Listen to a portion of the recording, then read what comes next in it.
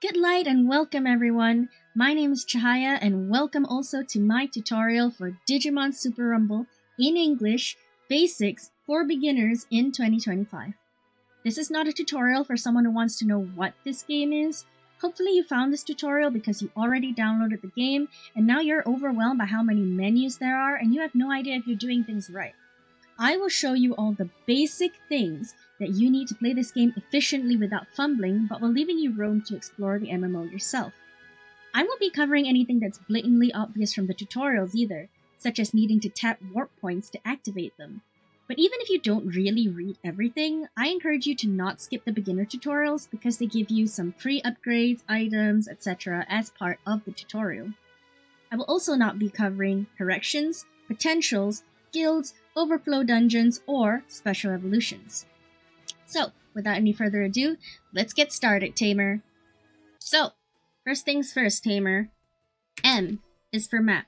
Q is for quest. WASD is to move. Right mouse button is to pan the camera, or orbit the camera, I guess.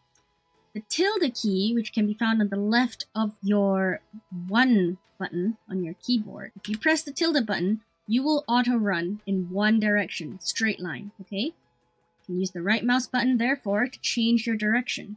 You can even do this or use the WASD keys while your map is pulled out. So, do that, and you can pretty much, barring any weird obstacles in your way, you can pretty much navigate to wherever you need to get to using tilde key, WASD, and the map menu.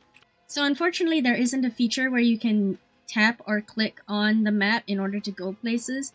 So if you haven't already taken a quest, like you can see this quest over here, which is a exclamation point, which means that I haven't taken the quest, but there's a quest available, you will not be able to auto-run to that quest. The second method of navigation is for you to open up the quest menu with Q. Find a quest that you've already taken. This only works with quests that you've already taken, not quests that you haven't. So find a quest that you've already taken. And there are 2 ways to go from here. The first way is to start by clicking the Start Tracking button.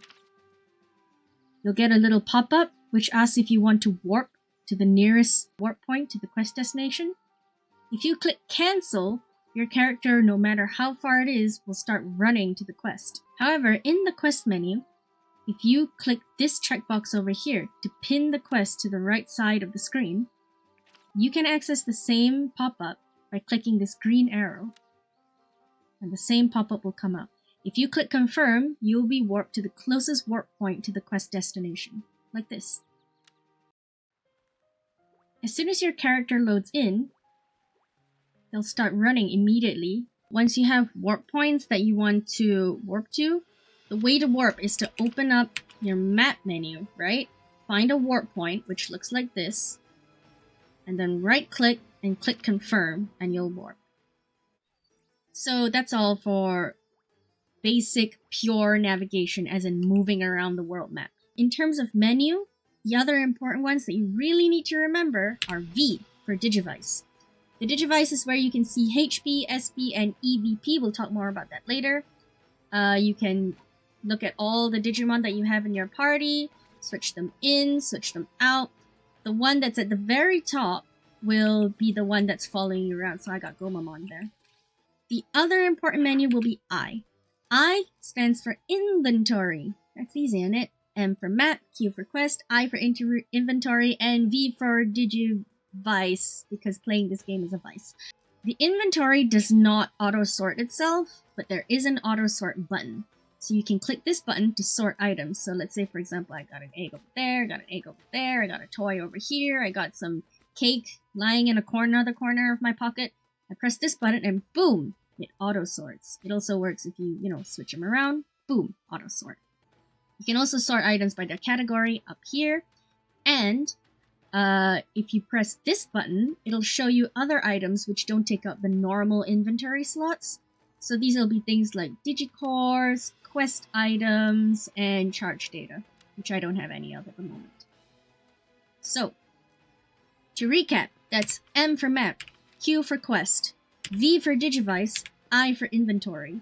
And whenever you bring any of these menus up with any of the menu hotkeys, M, Q, V, I, you can bring down the menus or, close them using the same hotkey that you used to open them. So inventory, Digivice, quest, map, there, all closed, all gone. Remember these 4 and the rest of them you'll probably learn along the way, honestly. So next, let's talk about battle. So first, guys, I'm going to show you how to initiate a battle.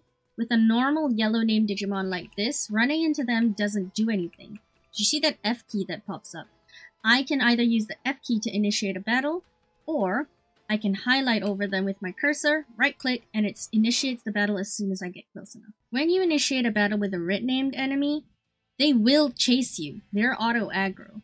So if you don't get away fast enough, you will auto-initiate a battle with a writ-named enemy. So I'm going to activate slow mode with the spacebar key, or you can use this button over here, right? So that I have enough time to show you the UI. Click this button to increase battle speed from ×1 to ×1.5. Click this button to swap active Digimon with another. You do need to select both and then click apply.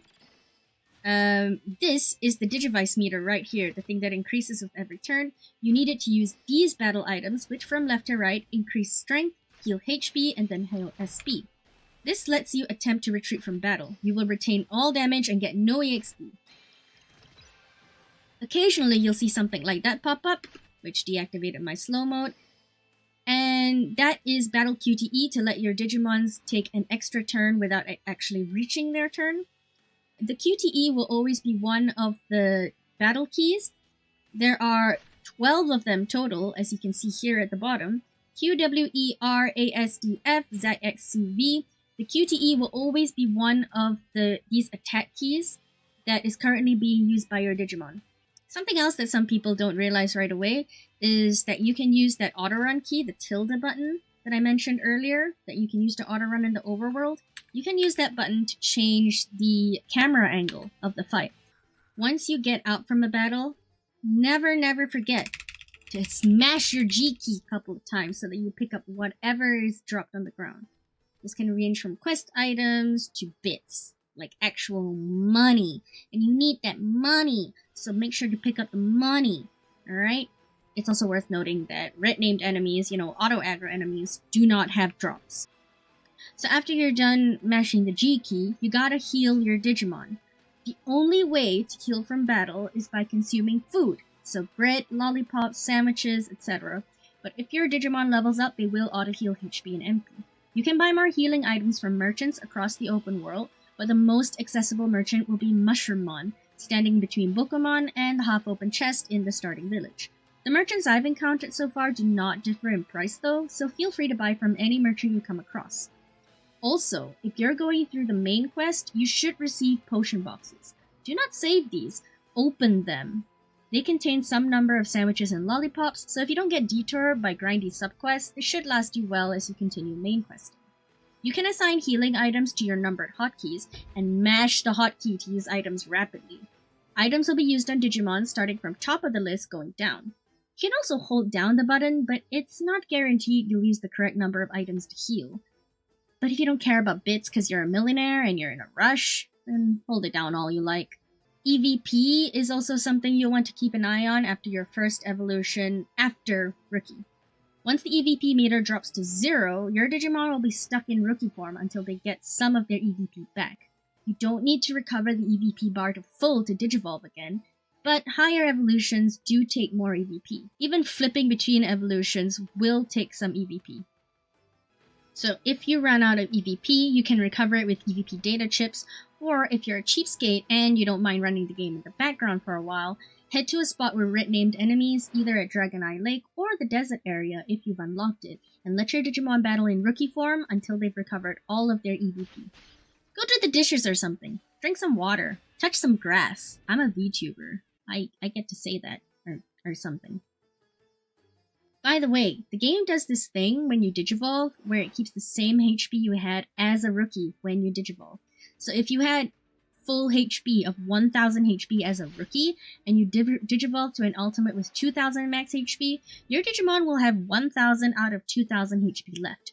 Always heal your Digimon's HP and SP after Digivolving them.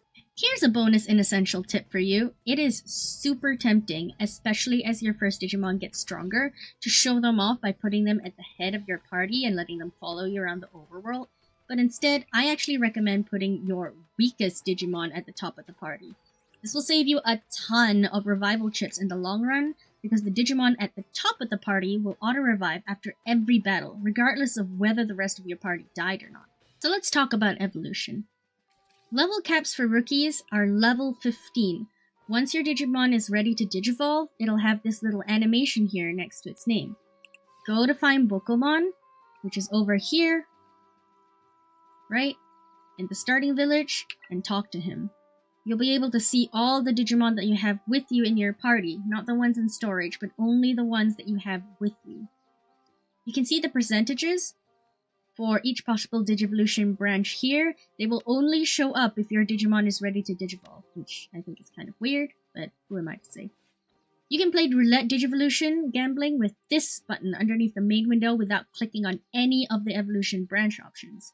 You can also use a Digicore, one of which you should get from the beginner tutorial for the champion stage, to choose which Digimon you want to confirm the evolution branch for.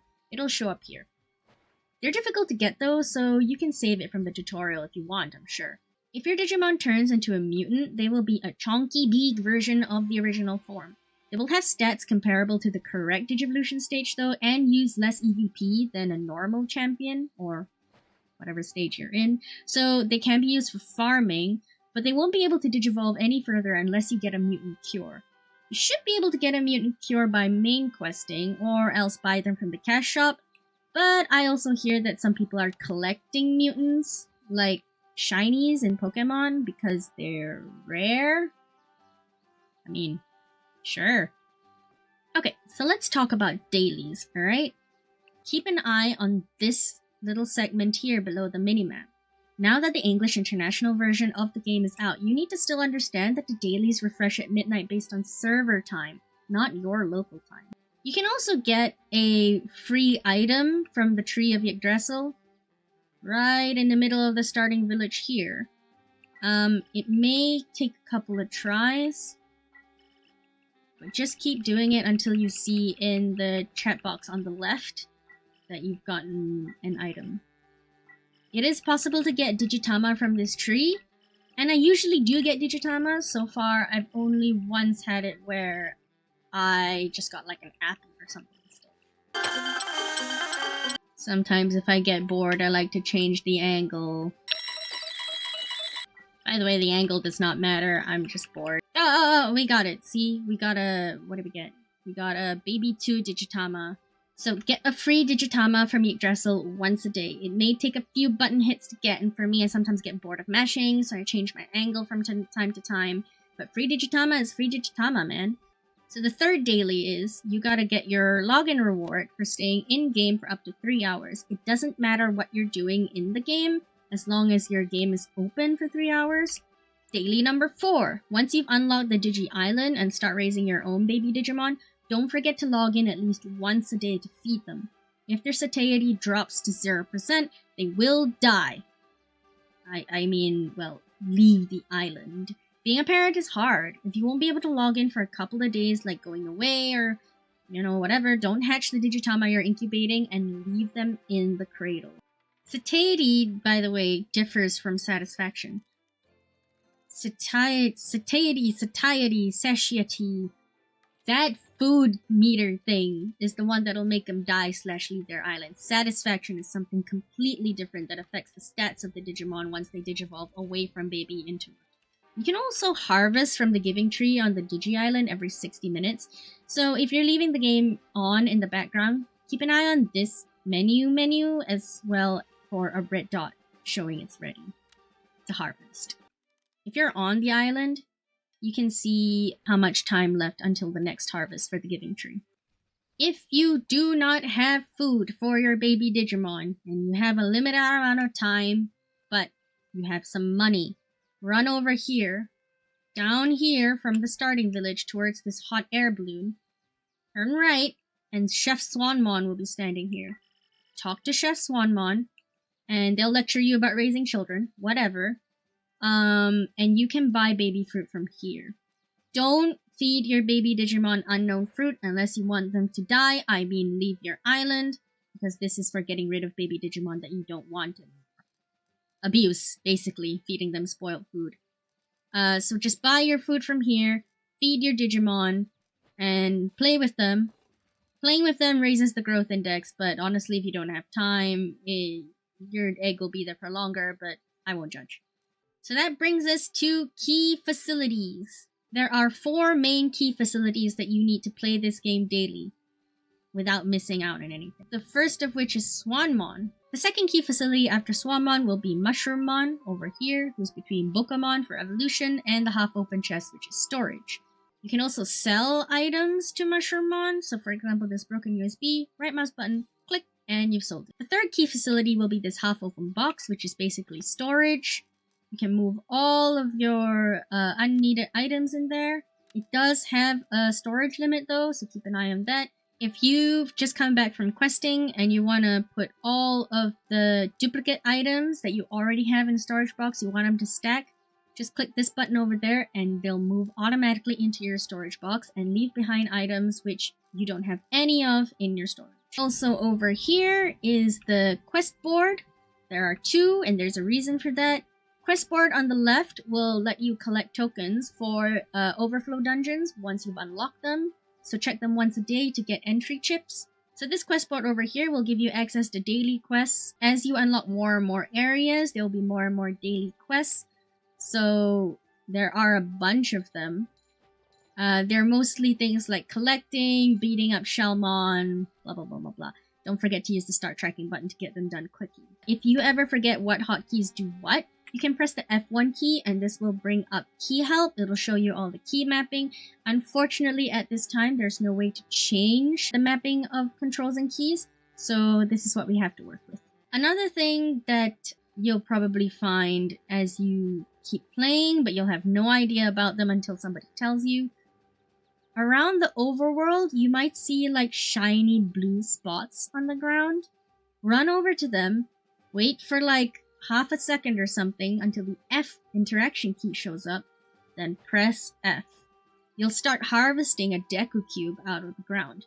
Once you've collected a few of these, you can run over here to Dekyu and you can claim rewards based on how many cubes you found. This is not an exchange, it's literally a reward for finding so-and-so. So this isn't like, oh, spend 30 to get a Broken Zero unit. It's if you found 30 in total, you get a Broken Zero unit. So it's worth finding because there are 290 in total and you can get a bunch of great stuff. So time is money, and if you've enjoyed my short and sweet tutorial covering all the DSR basics, let me know it helped by hitting like and subscribe, and leave a comment if you think there's something that's not obvious to the noobs that would have helped you when you started. Thanks guys, otsukareishon, much love, take care of yourselves for me, and I will see you next time. Good luck, Tamer!